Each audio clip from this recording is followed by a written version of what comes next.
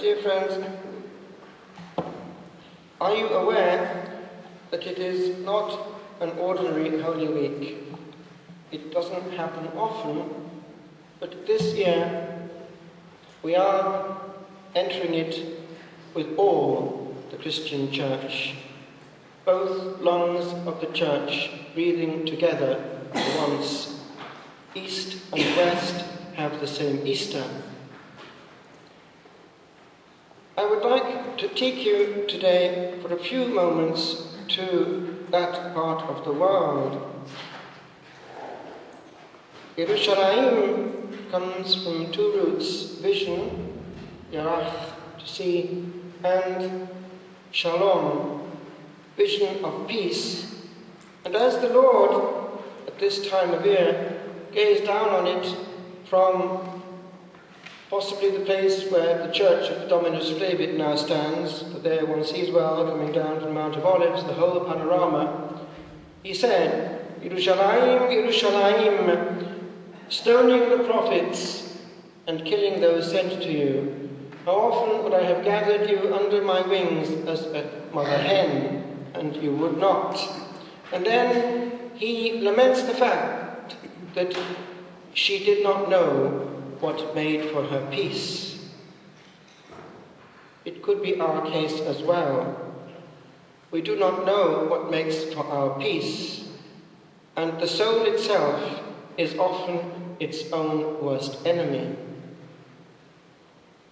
During the night adoration, while gazing quietly at the Lord before dawn, or as dawn was breaking by the end, a thought was coming to me with a certain insistence, both as addressed, as it were, to me, but also to you. It was this: you are too agitated. I say it again: you are too agitated.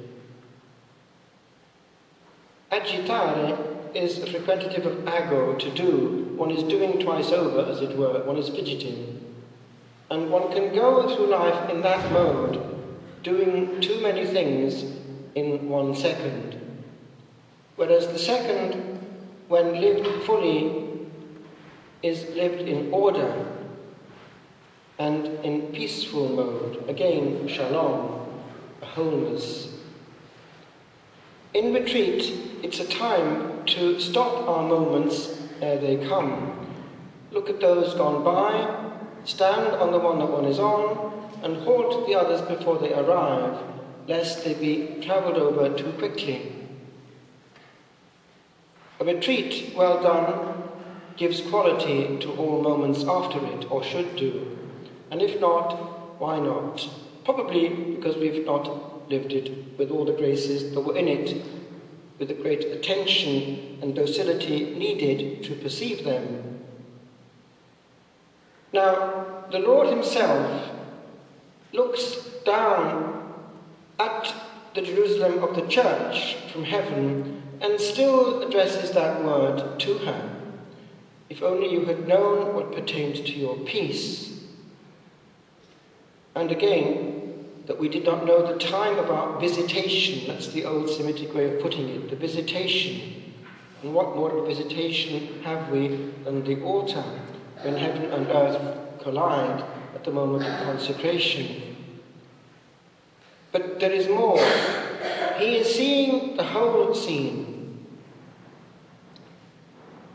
Now, in this Easter tide, as it will be soon, shared by all our brethren throughout the world, time-wise, this year, the Lord may do more than on other Easters. In one particular case. Are you sitting comfortably? Then I shall begin. It is a case little known of, and it's right now in the heart of a war-torn area, Syria. A place already sacred because of the person that we alluded to earlier, Paul, who on the ground, knocked down, said, Lord, what wilt thou have me to do? That posture that we have to have in retreat. What do you want me to do?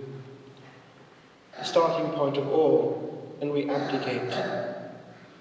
Well, he, remember, was told to get up and to go to Damascus, note the city, Damascus, and there, what is he told? It will be told you what you have to do. And already that is the first instance of the way that the Lord will act in the life of the church. It will be told you what you have to do. So Ananias, around about the same time, is warned. He's in prayer and he goes into ecstatic mode, and he is given to understand that a gentleman will be coming to him, and will need to be given his sight back. Oh, he knows full well that gentleman is a great nuisance. Saul, notice the Hebrew name. He has permission from the high priests, these gentlemen that we've just talked about in the gospel, to do away with this sect that we are away. So he's not keen on getting involved. It could be the equivalent of the underground police. No, he is to do so, for he is a chosen vessel to carry my name before the Gentiles, as well as, of course, as the sons of Israel. But he will be the apostle of the Gentiles, and I will show him how much he must suffer for my name's sake. That, of course, is the bottom line. They all end up martyred. John was semi-martyred. He was martyred more than once, but always kept alive. You remember how he was put in boiling oil and so on, but the Lord wanted him alive until the end of his life. He took care of Our Lady, and of course he gave us, it would seem, the apocalypse on Mount Patmos, the island of Patmos, which is still a monastic colony to this day. A model for all contemplatives, by the way. John the Divine, who was there reclining on the bosom of the Lord. The posture that we should have when we are in adoration.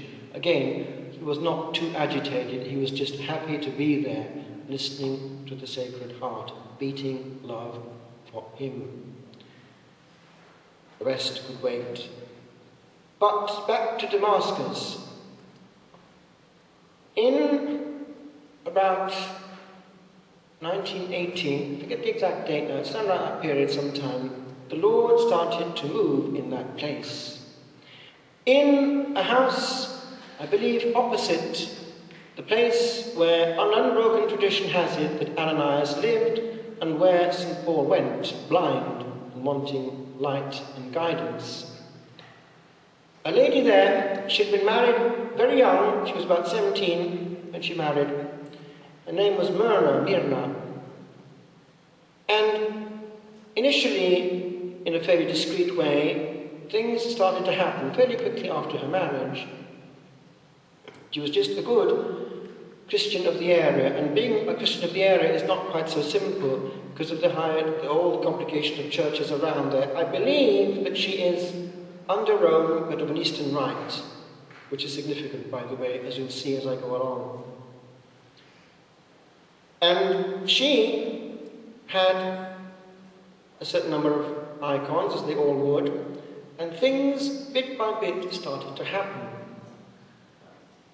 The icons, one in particular, started to not bleed, but ooze out a kind of miraculous oil. Or was it actually blood? Doesn't really matter. Anyway, it became known, no, they were oil, I think, that's right, because it became so profuse that people would be bringing eventually their own icons and all kinds of things, and this oil, this sacred oil, coming ex nihilo, from nowhere, would be taken away, and it was very, very prolific, though it couldn't be kept hidden. And of course miracles were happening. And it became this tiny spot, a place where many would come, because the bush telephone functions quite well in those parts, and here they would come with all their simple oriental mode of worshipping, kissing not once but many times, and then on all fours, and also with great interiority and, yes, humility, which is something we've lost in the West. I was talking to somebody from Romania who knows all about the Eastern Rite, and she was saying in Italian, sono molto umili, they are very humble. All that they do in the Eastern Church is very modest. They disappear, they don't exist. High and low, they kneel, kiss, just enter into mode as ordinary people. But boy, do they pray! A lesson for us. Doing is not a question of chatting and doing everything. It can be quite different and more intense the more interior it is. They are participating. Anyway, what happened? I cut a long story short. I believe that eventually she had the stigmata. I think she'd be probably of our generation, somewhere around there by now, because that would make sense. And the Vatican sat up. Why? There were certain things coming through. One was that it was very Marian. Our Lady would do things powerfully for all who came to that place to venerate the icon and icons. Miracles would happen, with one exception. There was one group of Christians that it would not happen for, because all these in that part of the world would be different forms of rite and so on, and belonging to different hierarchies. But there was one group that it just did not start ever with, who came. Can you think perhaps what it was? It was Protestants. That's interesting. Not that heaven is in any way anti-ecumenism, but Our Lady was in the midst here, and it was a specific message that was coming through for the church at large. And I mean the huge family of sacramentalized Christians who have the same faith down under and the same apostolic succession. What John Paul II referred to as the church breathing with its two lungs. Now what happened? Every 5 years or so would happen what is happening this year. The two Easters would coincide. And when that happened, there was a huge proliferation of miracles and signs there. And of course, eventually, heaven was giving to understand certain things through direct messages which the Vatican investigated with great interest. And it was quite incisive. It goes somewhere in this direction. Heaven weeps at this division that man has made between East and West. And if we are complacent in it, we should wake up, because this is not his doing. Now, the Vatican listened very carefully to that and sent one of the highest ranking to investigate personally this person. I believe also that it was orchestrated in such a way that when John Paul II went to the Holy Land, or was Benedict XVI, I forget now, one of the recent ones, they encountered, I believe, discreetly. There was interest, and you can see why. Because it's not an indifferent message, backed up by things which are not faked. However, heaven could also see that in that very place there would be a terrible, terrible breakup. Right now, you know what's going on in that very place, in that very centre of the world. Interesting. It's happened before a war broke out. Heaven has intervened. So I'm leaving that with you, my friends, because we're in the north here, well, sort of, we're geographically in the north, but not in the north as regards jurisdiction, but we're close enough to know about it and to feel it in the air. And it's that backdrop of where we're coming from globally that we have to bear in mind. We are part of a sacramental sphere where there is hugely, over the planet, union on the base level. that the church is supernatural, not based on man.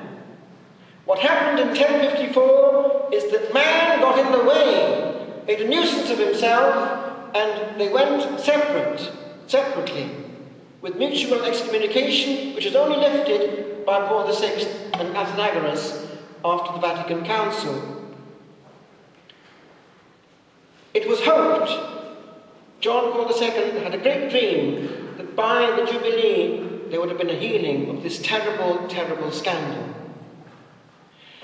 But it's important for us in this part of the world where we don't even think about that side of the church's life, that we don't think of ecumenism in terms of, therefore, bending over backwards, negotiating what is not negotiable in favour of who? Those who come out of us in the West much later and have gone away with them, not with the sacraments which still work, which is bound to happen in the East because they have the bishops, but with their own thing, which is quite different. And let's get this straight. No matter how many mitres a man has on his head, or a woman by now, it makes not an iota of difference. You either have it or you don't. So if they're not in the apostolic succession, we can't call them churches. And notice that the Vatican Council and all the documents from Rome to this day never talk of churches when it talks of Protestants. It only talks of churches when you have the apostolic succession, the East and the West. It talks of ecclesial communities or communions when it's talking about Protestants, because they don't have the essence. Now, just to be aware, you don't say that to Protestants, but you talk with great respect, aware of where they're coming from. This doesn't enter into their mind. What does enter into their mind is whether a person has relationship with Jesus Christ, the Saviour of mankind. That's valid.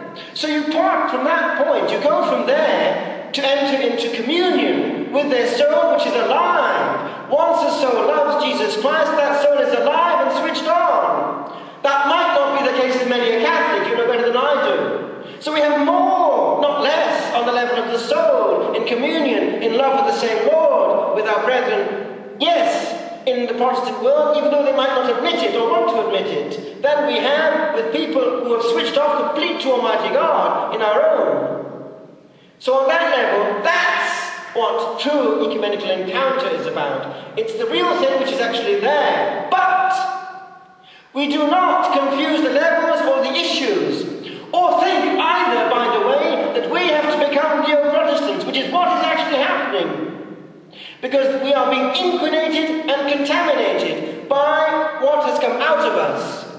Look at all the ecumenical activity around. A lot of it is bending over backwards. You have a prayer meeting with our brethren. What is the first to go? Our Lady goes out of the window. The next is the Blessed Sacrament. The next is the sign of the cross. And you know the rest. We get into their mode in the end, because we've got it and we can leave it aside. So we get into their lowest common denominator. Is that not the truth? And is there not more, and unfortunately more subtle?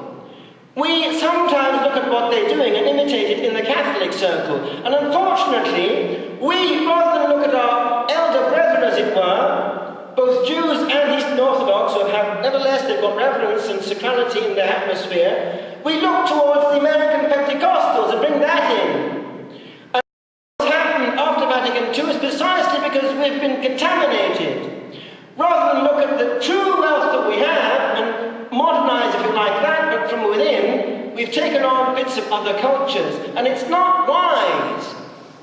It's admitting secretly that they've got it right. E.g., and it's subtle. When I was still an altar boy in school days, the hymns that we had, because we still had Latin, it was going out bit by bit, and we kept it a long time in our church, once a month eventually, fully sung. But then we had the fully sung English one coming in. But then we had also, at about 2 other masses, as well as that one, singing coming in for hymns as well. And when I was a child, I remember there was a continuity in this hymnology. It was the same hymns of before the Council, in English now, the ones that you would have known as children, the Golden Oldies, very Catholic, and the still work if you use them. What happened bit by bit? Bit by bit, I noticed over the years they were being ditched in favour of another ethos altogether. It was creeping in bit by bit another notion of celebration and hymnology. It was, bit by bit, not just in Britain, not just in Ireland, but I've seen it in the continent as well, in some countries more than others, a new form of scholar, of specialisation was coming in. There was not more participation at all. It was a youth group taking over, strumming away things which only they could sing, and the others, once again, were passive. So there was not less but more lack of participation even there, because at least people used to sing these hymns before. Remember when benediction used to happen, and the communion hymn and so on, just after the council, it was Soul of My Saviour, that kind of thing, which used to take off pretty well. It's very rare now. Now, do you see what's going on there? A lot of these hymns are very shallow in depth of meaning. Analysing them, comparing with the depth of some of the things that we had before, in translation quite often, from the Latin quite often. Now, that's quite subtle, but it's quite alarming.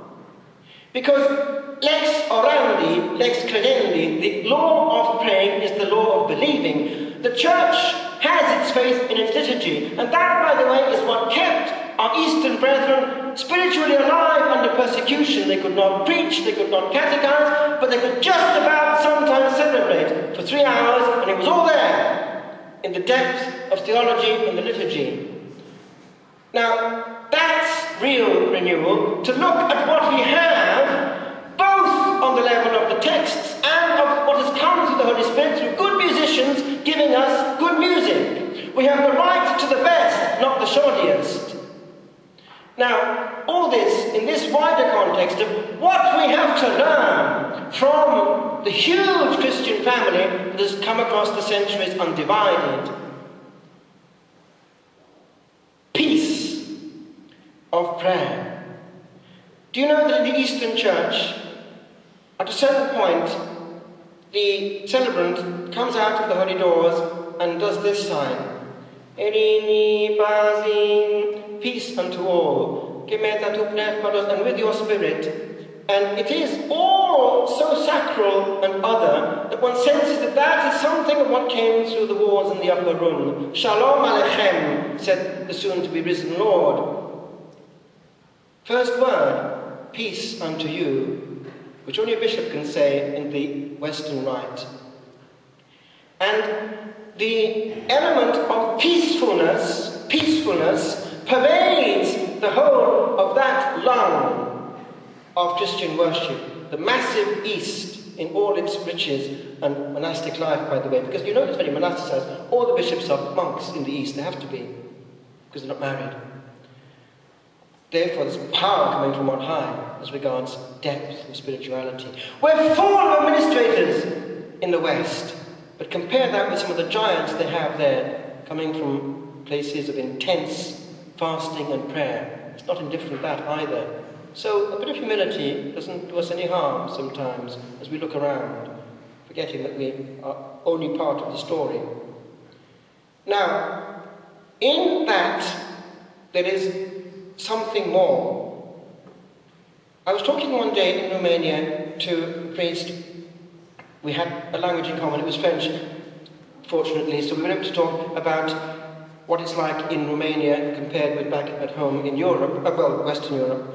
And he, because that's a bridge country there, and he was, because he was a religious like myself, going around sometimes things in Eastern circuits, and he one day bumped into a monk there in Bucharest who invited him to come. They just lost their Achimanvos, the abbot, he died. Please, if you like, come to the funeral. So he went. 4 heures, 4 hours, 4 hours long. So there he was, but he commented, what the effect of 4 hours of that is. Now, compare that with some of our funerals here in the West, where they're very much man-orientated, beatifications, nothing less, and very, very unliturgical, quite often. There is no human at all You can actually see a funeral from Mount Athos going on there, a monk, how he's buried. It's going on, but it's purely Godward. The monk is exposed in the funeral itself, and he's a deep peace, is almost actually smiling in the coffin. And this element of somehow no longer, while across the front door of the church being on earth, but in heaven, is what they have a normal daily right to. Time. And in fact, Pope Francis has mentioned that recently. When in church, do not be looking at your watch. We're in God's sphere here. And you notice that when he gives the homily in the morning, he's not in a hurry about it. Hurry destroys peace. Now, there is more to it, he was saying, in this effect. Comparing that with some of our churches, because we have Eastern Rite churches in Romania as well. And he was saying that even there, unfortunately, you've got something which is somehow not quite as deep. E.g. the quality of the iconography. That there, when they do an icon, there's so much prayer and fasting in it, it's just different, it's sacramental. But this shallow, hurried doing of icons in our churches was not the same. He was criticizing. But just to be aware that this is something which we need to respect. Therefore, we read. Therefore, we have culture. Because a person who is complete is not afraid to know. Why be afraid of more truth? We are blocked. We think we have it all. But it's important, my friends, to be aware that we should not have less knowledge in a sense than the Logos, or at least willingness to have it. Therefore, knowing with the knowledge of Christ, who is not afraid of any knowledge. So I conclude, because he was coming into this, with regard, therefore, to the damage that we can do to ourselves comparing, perhaps, Eastern Rite Catholic celebrations with the old one that they have there coming from way back, there's a problem that even there we can be contaminated.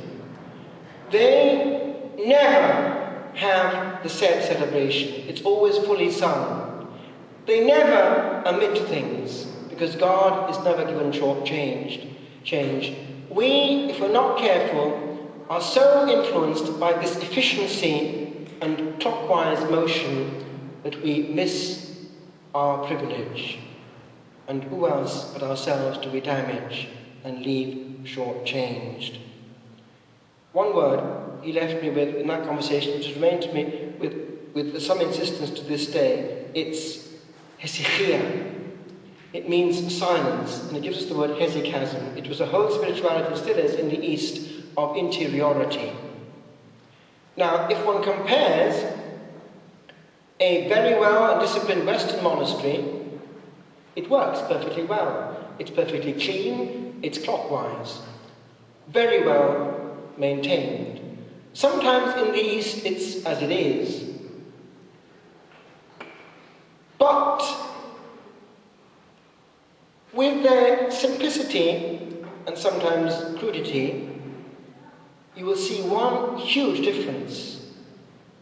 Observe, if you want, on YouTube, something from Mount Athos, and you will notice every time any monk is doing any work, painting an icon, getting in the olives up in a tree, whatever it might be, look at one part of his body, his mouth. His lips are unceasingly moving, even painting icons. What's going on? They're repeating unceasingly the Jesus prayer. Now, there's a big difference, you who are at home doing housework, listening to RTE while you're brushing or ironing, and saying mentally, or perhaps with a tape, rosary. It's all time. But one leads to extracting your energy, the other to dialogue with heaven. At the same time. Which do you want? And many Catholics are damaging their own peace by their reaction to the nonsense of RTE, which they don't have to have. It's all lack of peace. Irini, peace. So I would ask you, my friends, look at your own soul. Protect it against all this which is unpeace and taking away what you have a right to, participation in the unchanging peace of the Blessed Trinity. And if it does not happen in church, where is it going to happen? So I would suggest, find a place of adoration where you will not be damaged. Leave out things in your day which you know are going to damage your interiority. Unnecessary exposure to noisy people. Not taking on what no one asked you to take on when the Lord doesn't want it. Not exposing yourself to artificial noise if you can help it. Not always talking when with other people. You don't have to be the one talking. And then, when it comes to the extra time you gain, simplify things. Don't overload your soul, because the soul overloaded will never know peace. So we, my friends, need to look to our whole tradition to find where we as individuals have gone wrong, and with courage, calm down and get our act together.